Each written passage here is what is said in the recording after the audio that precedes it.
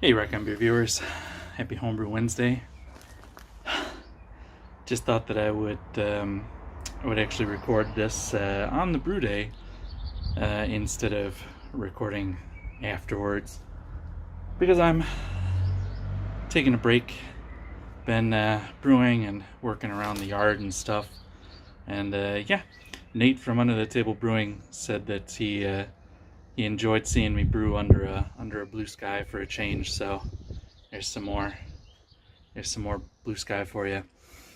I'm actually digging brewing outside a little bit more. The only thing that's a pain in the ass is chilling down, because my chiller doesn't connect to the hose real well. So it's usually means I'm getting soaked. But I have a plan. Maybe I'll show you that. I'm gonna try something. But yeah, look at that. I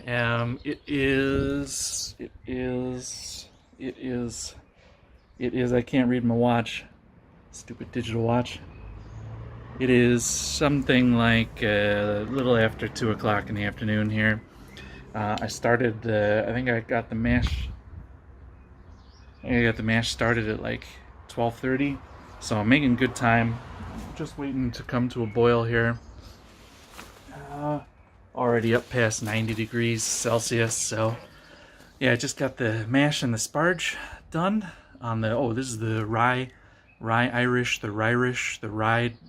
dry stout. I don't know if it's going to be an Irish stout or what, but it's the the rye dry stout. I ended up deciding to do that, and yeah, mash went okay. Or well, actually it didn't. Take a sip of got a real manly drink going on here. Decided to go with my manliest drink for my Brewday beer. Cheers. It is a mixed berry lactose Berliner Weiss from local brewery. It is very juicy. I mean, it's more or less a raspberry smoothie, is what it both looks like and tastes like. Anyway, hasn't been well for the things that went bad in the beginning. It hasn't been that bad of a brew day, or it's going pretty quick. I I think I might have at least partially killed my grain mill. I was milling the grain for this beer, and I got about halfway through, and all of a sudden I heard this really horrible noise, and then the whole housing of the, let me see, this whole housing thing like basically tore loose from the, like torqued and then tore loose from the table that I have it mounted to. And yeah, it turns out that little bolt had come loose. This is for holding the hopper on. So that little bolt, I don't know if I can show you how chewed up that is. You can kind of see. Well, that came loose and it jammed itself directly into the rollers, and then that was a real bitch, having to and then I had to scoop everything out and take the hopper off and tear it down and get that out. And then the rollers were just kind of weird afterwards. I couldn't get the gap quite right. Ended up I had to, there's like 800 grams of rye malt in this thing, so I had to really work at it. I had to run it through like 3 times to get it pulverized. So about half of the grain, I'm not real sure about the crush, and I'm not real sure about the future of this grain mill either.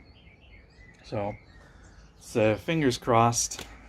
I need to take a gravity reading. Oh, I should have done that before I started yakking on here. Now I'm gonna have it boiling. I don't know. Might just not care. I'm looking for anywhere between 4.9 to 5.2 alcohol, so I'm trying to get right around like 1050, 1055 at the absolute highest on this beer. So I'm just trying to get like a session stout, if you want to call it that. And yeah, it's got 800 grams of rye malt in it. Half 500 grams of oatmeal, flaked oat, just because I love flaked oats in a stout. And then 500 grams of roasted barley, and then the rest is just Maris Otter. I think if I can remember, I'll put the recipe in the description or something, or a link or something. I made it up myself, kind of based on a couple of different recipes. It's more like I just took an oatmeal stout, and I took an Irish stout, and then I replaced the flaked barley in an Irish stout with rye, and then I just kind of squished them together. So yeah, I'm got high hopes for this beer. I hope people will like it. But yeah, also I used the malt pipe, and the ground out here isn't real even, so I got the top plate tilted and let a bunch of grain down the overflow pipe. I wasn't too happy about that, but all in all, it's not too bad. And yeah, I just got to run in, and I measured the hops out in the house, and I forgot to bring them out here. So, but yeah, I'm pretty tired. My wife and I have had a long weekend. We've been working on the yard and stuff all weekend. So I'm just gonna try and relax for the rest of the brew day. And yeah, not much more to say. I gotta dry hop the Fike Pale Ale. Maybe I'll throw some footage on that. This I think is gonna be the end of the brew day. Maybe there'll be a little bit more footage on here afterwards. If not, cheers. And yeah, see you next week. Alright, I lied. That wasn't gonna be the end. Just remembered my refractometer, and I took a reading on the boil. Still waiting for the boil. That last 10 degrees is always the longest, isn't it? But we're sitting at 1050 pre-boil, which is actually 2 points high. So we're looking at it was Beersmith says it was going to be 1053 original gravity. Guessing I might end up closer to 1055, but like I said, that's going to be okay. With my first hop charge, it's 18 grams of Magnum. That'll should give me about 25 IBUs of bitterness in this thing, and then that's going to be most of the.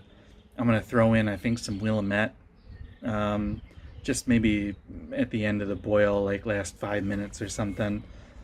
The beer is going to be mostly malt driven. I want that rye to come out, but might throw a little bit of hops in there just because I can't help myself. So, all right, well, we'll see. Just to update you a little bit.